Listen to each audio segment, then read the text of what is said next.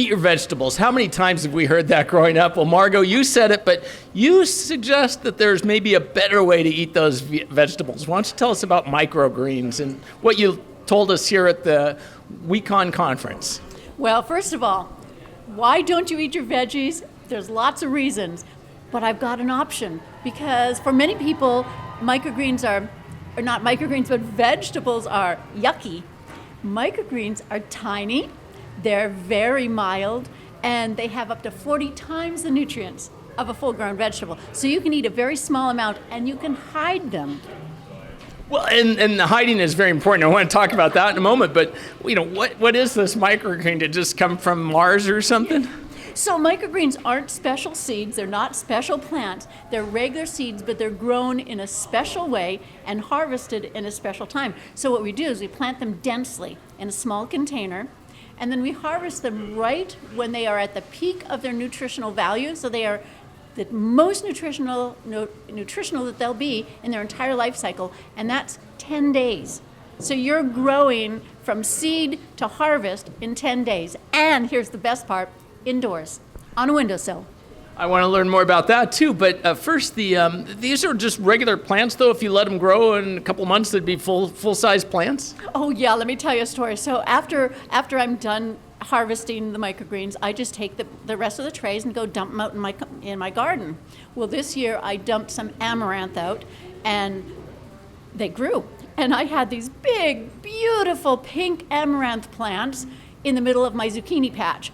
Because, yeah, they're just regular plants. And if you put them in the garden, they're going to grow. You had a great analogy of your granddaughter. Oh, yes. Okay, so if you think of a child, a little toddler, they're a little plump because their bodies are hoarding the building blocks of growth, really. They're getting ready to turn into teenagers. So microgreens, it's the same thing. They are the toddlers of the plant world. Sprouts would be the infants, but a few days later, just 3 to 5 days later, the microgreens are the toddlers.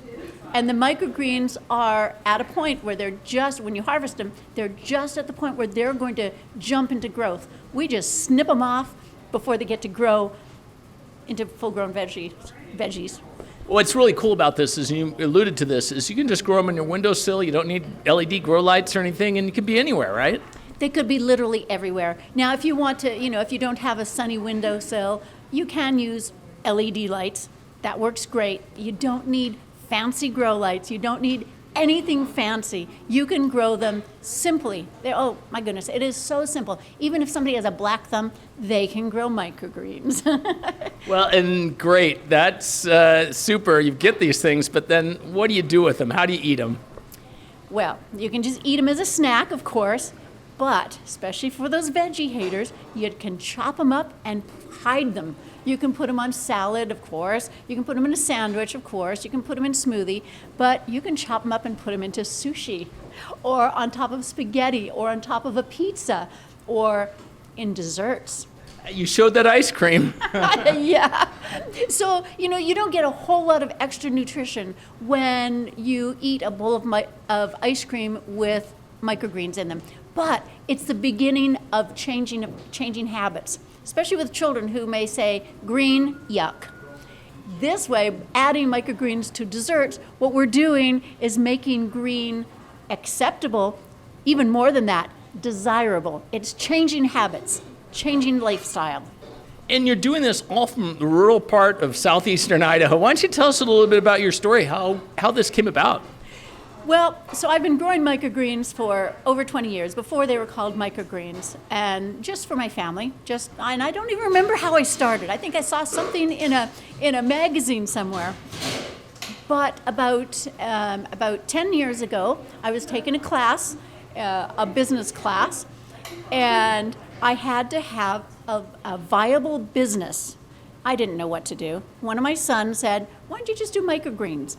And so I started a tiny microgreen business. I sold a few things on the farmer's market, and then it just grew. I was the only one in my class to actually sell anything. I hope you got an A. I got an A. So now, 20 years later, now you're selling these things nationwide, right?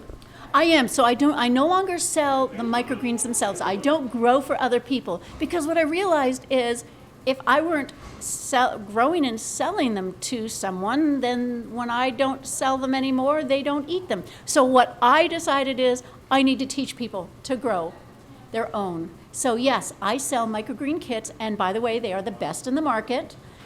I sell them nationwide. That's incredible. And you do this just out of your house, or how, do you have a factory? How does this work? Out of my house. And actually, my husband had to build me a very large storage shed this summer because I outgrew the garage for storage. And yeah, he didn't want my stuff in his garage anymore. But yep, just out of the house.